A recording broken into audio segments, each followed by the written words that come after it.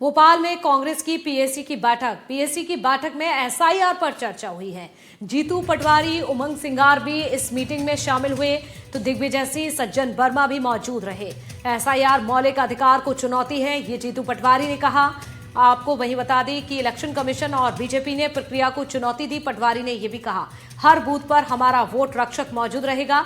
SIR में गड़बड़ी की जिम्मेदारी ईसी की है, ये दिग्विजय सिंह ने कहा। इस बैठक को लेकर 2003 में फर्जी नाम किसने जोड़े, दिग्विजय सिंह ने यह सवाल भी उठाए। तो वहीं नरेला में एक मकान में 110 लोगों के नाम है, इसका जिक्र भी इसमें किया गया है। तो बेहद ही महत्वपूर्ण कांग्रेस की ओर से यह बैठक मानी जा रही है।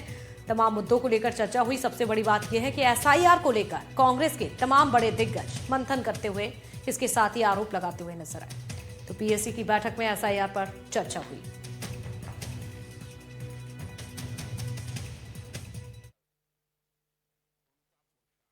एसआईआर एक पवित्र माध्यम था लोगों के मत के अधिकार की रक्षा का। दिग्विजय सिंह ने कहा कि देश के संविधान में निहित है कि निर्वाचन आयोग आम भारत के नागरिक के वोट के अधिकार की सुरक्षा का वचन लेता है।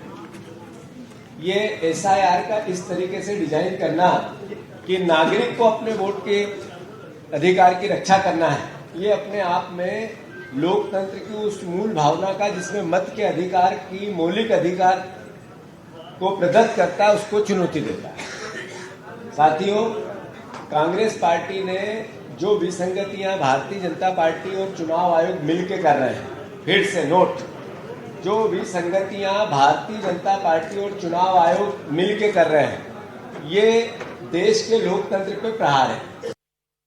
जिस प्रकार से चुनाव आयोग ने बीएलओ को कम समय में ज्यादा काम करने के लिए दिया है, वो अपने आप में हम इसे बीएलओ के और सरकारी कर्मचारी अधिकारियों की जो शैली है उसमें काफी दिक्कत उसमें आ रही है।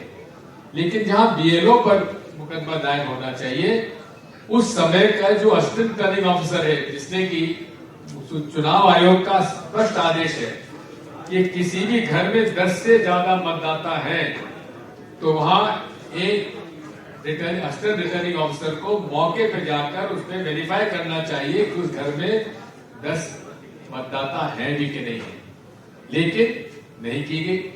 इसी तरह से रिटर्निंग ऑफिसर की भी जवाबदारी आती है।